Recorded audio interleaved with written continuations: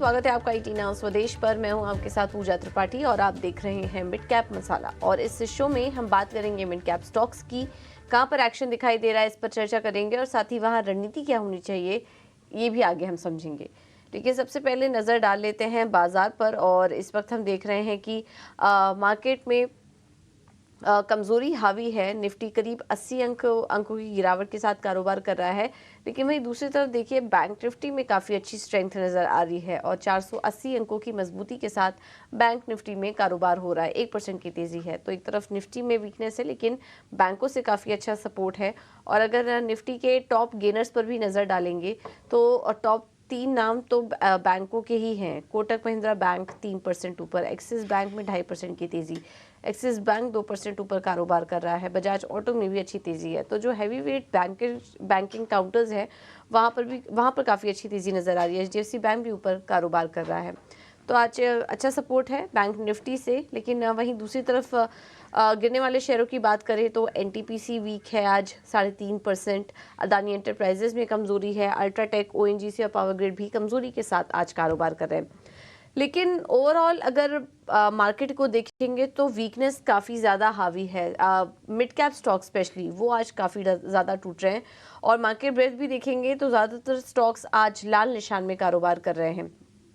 अगर advance decline ratio पर नज़र डालें तो हर एक गिरने वाले शेयर के सामने लगभग 8-9 शेयर्स ऐसे हैं, माफ़ कीजिएगा, हर एक बढ़ने वाले शेयर के सामने लगभग 8-9 शेयर्स ऐसे जो कि गिरावट में कारोबार कर रहे हैं। देखिए एडवांस डिक्लाइन रेशियो बहुत ही नेगेटिव। और आप देख सकते हैं कि एनएससी पर करीब 2000 से ऊपर के स्टॉक्स हैं जो कि लाल निशान में कारोबार कर रहे हैं। तो काफ़ी कमज़ोरी है आज बैंक मिड कैप स्टॉक्स में। अगर मिड कैप स्टॉक्स की बात करें तो हम देख रहे हैं कि वहाँ पर मिड कैप इंडेक्स आपको एक बार दिखाते हैं, 2% की गिरावट वहाँ पर देखने को मिल रही है। और अपने सपोर्ट लेवल के आसपास इस वक्त अभी अपने इंपॉर्टेंट सपोर्ट लेवल्स को भी तोड़ चुका है मिड कैप इंडेक्स की अगर बात करें तो एक मुनाफा वसूली हावी है जिसको कि हम काफ़ी समय से पहले हाईलाइट भी कर रहे थे कि मिड कैप स्टॉक्स काफ़ी ज़्यादा चल भी चुके हैं। ऐसे में मौके कहाँ पर दिख रहे हैं ये आज हम समझने की कोशिश करेंगे। देखिए 900 अंकों की गिरावट मिड कैप में और स्मॉल कैप इंडेक्स देखेंगे तो करीब 3% की गिरावट वहाँ पर देखने को मिल रही है। ऐसे में एक्शन वाले स्टॉक्स कौन से हैं ये भी आपको बता देते हैं कि आज मिड कैप में सबसे ज़्यादा तेज़ी और मंदी कहाँ नज़र आ रही है। तो इस पर बात करते हैं आईएफएल फाइनेंस की। और आरबीआई ने कल जो बड़ा एक्शन लिया उसके बाद हम देख रहे हैं आज लगातार दूसरा दिन है और स्टॉक लोअर सर्किट पर कारोबार कर रहा है। वहीं एमजीएल यहाँ पर सीएनजी के दाम घटे उसके चलते आज हम दबाव देख रहे हैं और सीएनजी के दाम ₹2.5 घटकर अब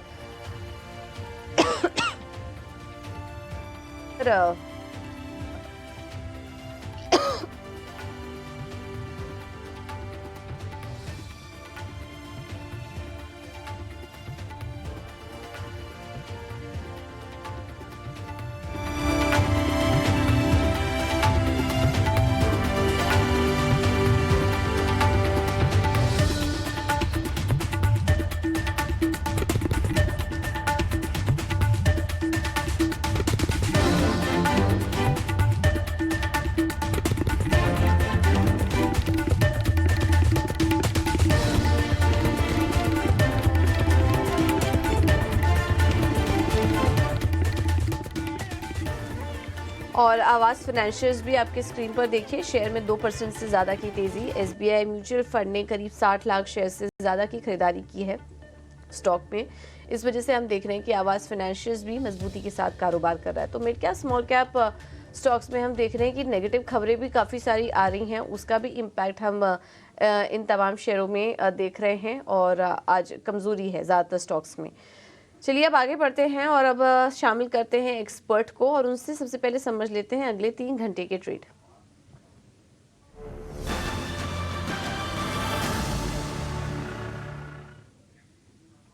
हमारे साथ रुचित जैन मौजूद हैं 5paisa.com से। Ruchit, thank you so much ईटीना स्वदेश को समय देने के लिए। आज मिड कैप और स्मॉल कैप स्टॉक्स तो काफ़ी ज़्यादा टूट रहे हैं। मिड कैप इंडेक्स देखेंगे तो 2%, स्मॉल कैप 3% की गिरावट वहाँ पर है, निफ्टी भी कंट्रीब्यूट नहीं कर रहा है। सिर्फ बैंकों को छोड़ दे तो बाकी सेक्टर्स चल ही नहीं पा रहे हैं आज। कैसा दिख रहा है आपको ओवरऑल मार्केट? क्या मिड कैप स्मॉल कैप के वैल्यूएशंस काफ़ी ज़्यादा हाई हो चुके थे, इस वजह से हम दबाव दे रहे हैं, और यहाँ से चाल कैसी रह सकती है इन स्टॉक्स की? जी, वेरी गुड आफ्टरनून। तो काफ़ी मिक्स्ड डेटा है अगर आप देखेंगे तो। सबसे पहले अगर एफ-एन-ओ के डेटा के साथ शुरुआत करें तो एफआईआईज़ का डेटा नेगेटिव है क्योंकि ये सीरीज़ की शुरुआत उन्होंने कुछ 38% लॉन्ग शॉर्ट रेशियो के साथ में की और कल उन्होंने इंडेक्स में फ्रेश शॉर्ट फॉर्मेशंस किए जिसके कारण उनकी जो लॉन्ग पोज़ीशंस है वो अब सिर्फ 35% के आसपास है। तो नो एफआईआईज़ का डेटा नेगेटिव है, लेकिन सामने अगर देखिए तो बैंकिंग इंडेक्स एक अच्छी स्ट्रेंथ दिखा रहा है कि जहाँ पे स्पेशली जो प्राइवेट सेक्टर हेवीवेट्स जो अब तक अंडर परफॉर्मर रहे थे, उनमें हम देख रहे हैं कि बाइंग मोमेंटम काफ़ी स्ट्रॉन्ग आज के सेशन में दिख रहा है। इनफैक्ट ये सीरीज़ के शुरुआत से ही बैंकिंग्स काफ़ी स्ट्रॉन्ग स्ट्रेंथ दिख रहा है। तो इंडेक्स फ्रंट पे निफ्टी या बैंक निफ्टी पे ऐसे कोई सपोर्ट्स ब्रेक नहीं हुए, लेकिन सामने अगर नो सेम जैसे आपने मिड कैप, स्मॉल कैप की बात की, तो मार्केट ब्रेथ एक तो नेगेटिव है कि हम नए हाइज़ के आसपास अभी भी ट्रेड कर रहे हैं निफ्टी में, बट लेकिन पिछले 3 ट्रेडिंग सेशन से मार्केट ब्रेथ देखेंगे तो काफ़ी वीक है। और एक divergence mid cap, small cap index में ऑलरेडी ये भी है कि ऑल्दो निफ्टी ने रिसेंट जो नया हाई बनाया है, वो नया हाई निफ्टी मिड कैप और निफ्टी स्मॉल कैप इंडेक्स ने कंफर्म नहीं किया है। कि यूजुअली हम जब एक ट्रेंडेड फेज में रहता है, तो निफ्टी अगर न्यू हाईज़ बनाता है, तो साथ में मिड कैप इंडेक्स भी नया हाई बनाता है, स्मॉल कैप इंडेक्स भी नया हाई बनाता है। लेकिन इस बार जो नया हाई निफ्टी ने बनाया है, वो मिड कैप, स्मॉल कैप में नहीं बना है। सो क्लियर इंडिकेशंस है कि ऑल्दो आपका ब्रॉडर ट्रेंड मार्केट का खराब नहीं है इंडेक्स फ्रंट पे, लेकिन stock specific profit booking broader markets में डेफिनिटली नियर टर्म के लिए रह सकती है और इसीलिए हम ट्रेडर्स को यही एडवाइस कर रहे हैं कि जहाँ पे वीकनेस दिख रही है, mid cap space, small cap stocks, वहाँ पे ट्रेडिंग के पर्सपेक्टिव से ज़्यादा एग्रेसिव लॉन्ग पोज़ीशंस ना बनाएँ। जहाँ पे स्ट्रेंथ है, कुछ चुनिंदा बैंकिंग है, तो आई थिंक नो वैसे जो स्ट्रेंथ के पॉकेट्स है, वहीं पे आप नो फोकस करें, सो आई थिंक वो बेटर नो अपॉर्च्युनिटीज़ वहाँ पे मिलेगी। तो दोनों ही तरफ़ा के ट्रेड्स हैं मार्केट्स में, स्ट्रेंथ के साथ जाएँगे, तो वहाँ पे बाइंग अपॉर्च्युनिटीज़ ढूँढिए, जो अंडर परफॉर्म कर रहे हैं मिड कैप, स्मॉल कैप, उनसे दूर रहने की सलाह है, जस्ट शॉर्ट टर्म ट्रेडिंग के पर्सपेक्टिव से। बिल्कुल, तो कुल मिला के जो मज़बूत है उनके साथ रहिए, फ़िलहाल बाज़ार में यही बेहतर रणनीति होगी, और जो ऑलरेडी टूट रहे हैं उनसे फ़िलहाल थोड़ा दूर ही रहिए। ये थोड़ा वॉलेटाइल रह सकता है, और जैसे कि अभी रुचित भी हाईलाइट कर रहे थे कि मार्केट की तेज़ी में अभी फ़िलहाल mid cap, small cap contribute नहीं कर पा रहे हैं और थोड़ा समय इसमें लग सकता है। तो बेहतर रणनीति यही होगी कि अच्छे क्वालिटी स्टॉक्स के साथ आप बने रहिए, ये सलाह आपके लिए। चलिए अब आगे बढ़ते हैं और कुछ और स्टॉक्स पर चर्चा कर लेते हैं जहां पर कि आज हम देख रहे हैं एक्शन। लेकिन उसके पहले रुचित, आपके ट्रेडिंग आइडियाज़ भी बताइए, ट्रेड के मौके कहाँ दिख रहे हैं? तो जैसे हमने बात की कि जहाँ पे स्ट्रेंथ है वहीं पे लॉन्ग पोजीशंस बनाएंगे और ऐसी स्ट्रेंथ पिडिलाइट इंडस्ट्रीज में एक दिख रही है। सो आज के वॉलेटाइल मार्केट्स में भी स्टॉक 3% से पॉजिटिव है, वॉल्यूम्स अच्छा है, कैश सेगमेंट में आरएसआई अभी एक स्ट्रेंथ की बता रहा है और प्रीवियस स्विंग हाई को क्रॉस करने के वर्ज पे ही है। सो आई थिंक पिडिलाइट इंडस्ट्रीज खरीदारी के लिए देख सकते हैं यहाँ पे 2700 के शॉर्ट टर्म के स्टॉप लॉसेज रखेंगे तो 2880 के अराउंड के टारगेट स्टॉक में एक्सपेक्ट कर सकते हैं। ओके, पिडिलाइट में तेज़ी करने की सलाह, 3% ऊपर है तो इसके साथ बने रहिए। 2880 के अगले लक्ष्य नज़र आ रहे हैं, स्टॉप लॉस होगा 2700 का। तो ये रणनीति पिडिलाइट पर। लेकिन अब आपसे रुचित कुछ फाइनेंशियल स्पेस पर राय लेना चाहेंगे। अभी हम पिछले कुछ समय से जो देख रहे हैं, आरबीआई की तरफ से कड़ा एक्शन लिया जा रहा है। कल जेएम फाइनेंशियल, कल आईएफए फाइनेंस पे लिया था स्टॉक, आज भी टूट रहा है, उबर नहीं पा रहा है उस चीज़ से, और अब जेएम फाइनेंशियल्स का भी नंबर आया है। जेएम फाइनेंशियल से भी हम देख रहे हैं कि करीब 14-15% की गिरावट इस स्टॉक में भी देखने को मिल रही है आरबीआई के प्रतिबंध लगने के बाद। तो यहाँ पर जो गिरावट आ रही है, इसमें ट्रेडर्स क्या करें? तो नो स्पेसिफिक आईएफएल फाइनेंस पे तो राय नहीं दे पाऊंगा क्योंकि एक हमारी ग्रुप कंपनी है, सो नो कंप्लायंस के हिसाब से I am not allowed to speak on that. But no overall I think NBFC space में देखें तो दूसरे जो स्टॉक्स है जिनमें हम देख रहे हैं कि आज काफी सारे जैसे एल&टी फाइनेंस होल्डिंग्स हो गए, सो काफी सारे हम एनबीएफसी स्टॉक्स में आज करेक्टिव एक्शन देख रहे हैं। हालांकि ये मोर एक no pullback move within an uptrend रह सकता है क्योंकि मेजर नो कुछ कुछ स्टॉक्स में देखें तो जो major mid to long term supports है वो अब तक इंटैक्ट है और स्टॉक्स में काफी एक अच्छा मूव पिछले कुछ महीनों में भी आया भी था। सो आई थिंक ये जस्ट एक correction with in an up trend है, बट बाकी ऐसे कुछ मेजर सेल ऑफ नो ज्यादातर नो एनबीएफसी स्टॉक्स में नहीं लग रहे। चुनिंदा स्टॉक्स में जहाँ पे न्यूज बेस्ड मूव्स है वहां पे आई थिंक नो इतनी फिलहाल कुछ स्ट्रक्चर्स नहीं बन रहे पॉजिटिव, बट लेकिन यस नो जो दूसरे जो स्टॉक्स है जिनमें न्यूज़ नहीं है और एक अच्छे करेक्शंस आ रहे हैं, तो वहाँ पे लोअर लेवल्स पे बाइंग अपॉर्चुनिटीज़ ढूँढ सकते हैं। ठीक है, तो ये है सलाह स्टॉक्स पर। एनबीएफसी स्पेस आज टूट भी रहा है काफ़ी सारी खबरों के चलते, तो यहाँ पर आप रणनीति अपनाने की राय आपको दी जा रही है। टाटा केमिकल्स ऊपर है, 2% की तेज़ी यहाँ पर देखने को मिल रही है और आज भी हम देख रहे हैं कि कल की जो तेज़ी थी केमिकल कंपनियों की, कुछ चुनिंदा कंपनियों में आज नज़र भी आ रही है। जैसे कि टाटा केमिकल्स पर अगर बात करें तो 1080 के पास कारोबार कर रहा है ये स्टॉक। क्या करें रुचित, क्या कोई ट्रेड नज़र आ रहा है आपको टाटा केमिकल्स पर? काफ़ी स्ट्रॉन्ग ट्रेंड है। जो रीसेंट लोज़ थे 930 के आस-पास अगर आप देखेंगे तो पिछले 6 महीने में 2 से 3 बार ये स्टॉक 930, 940 के आस-पास आके वहाँ पे सपोर्ट बेस बनाया है। और अच्छी बात ये है कि जो प्राइस अप मूव उसके बाद आए हैं लास्ट 4-5 ट्रेडिंग सेशंस में वॉल्यूम्स काफ़ी बेहतर हुए प्राइस अप मूव में। तो जनरली ये ट्रेंड जो बनता है वो इंडिकेशन रहता है कि शायद स्टॉक ये बॉटम आउट कर चुका है और यहाँ से next leg of up move में 1140 के आसपास के टारगेट जो प्रीवियस आए थे अ, वो बन सकता है। सो आई थिंक यहाँ पे स्ट्रक्चर्स पॉजिटिव है। पोजीशन से तो होल्ड करें। छोटे-मोटे डिक्लाइंस अगर स्टॉक में मिल जाते हैं तो 1040 1020 सपोर्ट रेंज रहेगा जहाँ पे फ्रेश बाइंग भी की जा सकती है। ठीक है, तो ये है सलाह टाटा केमिकल्स पर। चलिए बाकी पढ़ते हैं, रुक करते हैं हमारे अगले सेगमेंट का, ऑप्शंस के champion.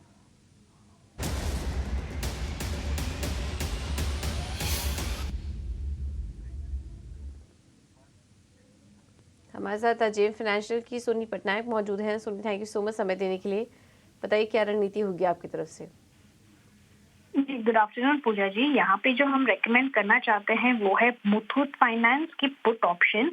Muthoot finance 1320 put option March series. Buy करने का रेंज है 40 से 37। अभी अगर देखेंगे सीएमपी थोड़ा सा नीचे आया है अराउंड 33 34, तो आप इसी रेंज में ही बाय कीजिए 40 से 37। टारगेट रहेगा 57 65 और स्टॉप लॉस आप लगा सकते हैं आइडियली 1400 के ऊपर स्पॉट पे लगा सकते हैं या फिर ऑप्शंस में भी आप 20 रुपीज का स्टॉप लॉस लगा सकते हैं एज प्रीमियम। मैक्सिमम रिवॉर्ड यहाँ पे होगा 14,500 और मैक्सिमम लॉस है 10,200। लॉट साइज इसका छोटा है 550। यहाँ पे एक नजर आ रहा है मुथूट फाइनेंस में ऊपर से सेलिंग प्रेशर आ रहा है 1400 से काफी अच्छी गिरावट से नजर आ रहा है। तो अगर 1300 लेवल को ब्रेक करता है तो और भी फर्दर गिरावट नजर आ सकती है। तो इसलिए पुट ऑप्शन यहाँ पे आप कर सकते हैं। एंड एक डिस्क्लेमर है कि यही सेम कॉल सेम ऑप्शन हमने अपनी जेम क्लाइंट्स को भी आज रिकमेंड किया हुआ है। ठीक है, तो ये डिस्क्लेमर के साथ आप मुथूट फाइनेंस में रणनीति अपना सकते हैं। 1320 की पुट खरीदने की सलाह, 40 रुपये के पास आसपास मिल रहा है वो, और इसमें अधिकतम मुनाफा 14,500 का हो सकता है। लेकिन ध्यान रखिए, सेबी की तरफ से डिस्क्लोजर भी आपको दिखा देते हैं कि अगर आप ऑप्शन में ट्रेड कर रहे हैं तो संभल के ट्रेड कीजिए, क्योंकि ज़्यादातर लोगों को इसमें नुकसान होता है। 50,000 रुपये तक का नुकसान आपको हो सकता है, और गेस्ट की तरफ से भी आपको डिस्क्लेमर मिल चुका है। चलिए कुछ और भी स्टॉक्स पर नज़र डाल लेते हैं जहाँ पर कि हम अच्छी बाइंग देख रहे हैं, और इसमें टॉरेंट पावर भी देखिए, यहाँ पर भी अच्छी तेज़ी आई है और 1.5-2% की तेज़ी है इस स्टॉक में आज कमज़ोर बाजार में भी। क्या व्यू बन रहा है आपका रुचित टॉरेंट पावर पर? ब्रॉडर ट्रेंड तो काफी स्ट्रॉन्ग है स्टॉक का। हमने जो high top high bottom structures देखा है वो अभी भी इंटैक्ट है और 1060 1070 की रेंज में स्टॉक ने रीसेंट स्विंग लो इतने 40 दिन के एक्सपोनेंशियल मूविंग एवरेज के पास ही बनाया। सो आई थिंक जब तक ये नो लेवल टूट नहीं जाता है तब तक कोई मंदी के साइंस नहीं है। सो कोई पोजीशन है तो होल्ड कर सकते, फ्रेश बाइंग भी लिमिटेड क्वांटिटी में कर सकते हैं 1060 के नीचे स्टॉप लॉस रख के। ठीक है, टॉरेंट पावर में ये सलाह। और आज देख रहे हैं कुछ चुनिंदा पावर स्टॉक्स में अच्छी तेज़ी भी है। आज पावर फाइनेंस कंपनियां भी चल रही हैं, आरईसी पीएफसी अगर देखेंगे तो वहाँ पर भी अच्छी बाइंग इस बीच नज़र आ रही है। इसके अलावा कुछ और भी स्टॉक्स पर चर्चा कर लेते हैं। और हम देख रहे हैं कि आईजीएल, एमजीएल, जो सिटी गैस डिस्ट्रीब्यूशन कंपनियां हैं वहाँ पर आज कमज़ोरी है, दामों में कटौती हुई है, जिसके चलते आईजीएल, गुजरात गैस जैसे स्टॉक आज कमज़ोरी के साथ कारोबार कर रहे हैं। और आईजीएल तो देखिए 6% नीचे इस पर ट्रेड कर रहा है। क्या यहाँ से और करेक्शन दिख रहा है आपको रुचित? कुछ शॉर्ट ट्रेड करना चाहेंगे इनमें से किसी स्टॉक में? जी, स्टॉक्स ऑलरेडी काफ़ी करेक्ट हो चुके हैं, तो फ्रेश शॉट्स के लिए रिस्क रिवॉर्ड तो इतने फेवरेबल नहीं है, स्टॉप लॉसेस काफ़ी बड़े आएँगे। बट लेकिन आज हम क्लियरली शॉर्ट बिल्टअप इन स्टॉक्स में देख रहे हैं कि जहाँ पे एमजीएल में काफ़ी ओपन इंटरेस्ट बढ़ा है, इवन आईजीएल में नो शॉर्ट बिल्टअप्स हुए हैं। सो आई थिंक जब इतने शॉर्ट हैवी पोजीशंस बनती है तो स्टॉक्स काफी नो कुछ समय तक अंडर परफॉर्मेंस ये कंटिन्यू रह सकते हैं। सो आई डोंट थिंक ये ट्रेडर्स को बॉटम फिशिंग भी करनी चाहिए यहाँ पे। तो कोई ट्रेड सेटअप नहीं है, but yes no bottom fishing करने से भी दूर रहने की सलाह रहेगी जब तक कोई रिवर्सल के साइंस फिर से नहीं आते। ठीक है, ध्यान रखिए अभी फ़िलहाल कोई रिवर्सल के साइन नज़र नहीं आ रहे हैं, तो यहाँ पर निचले स्तरों पर एंट्री करने की भी कोशिश ना करें क्योंकि गिरावट यहाँ से और गहरा सकती है, इसका आप ध्यान रखिए। चलिए अब आगे बढ़ते हैं और रुक करते हैं हमारे अगले सेगमेंट का, मिड कैप के महारथी।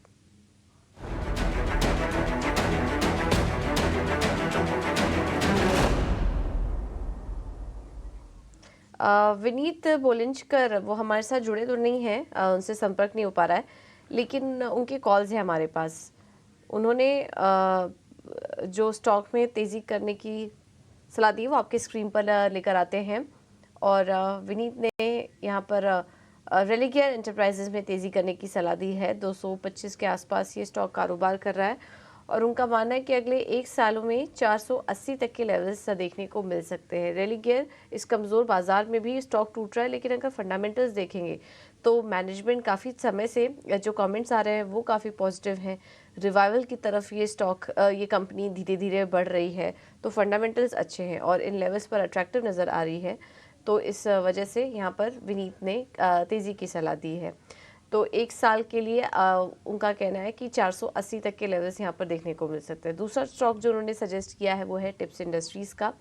ये स्टॉक भी आज नीचे है, लेकिन अगले 1 साल के लिए टिप्स इंडस्ट्रीज़ में विनीत जी का मानना है कि 612 तक के लेवल्स आ सकते हैं, तो यहाँ पर भी आप खरीदारी करके चल सकते हैं।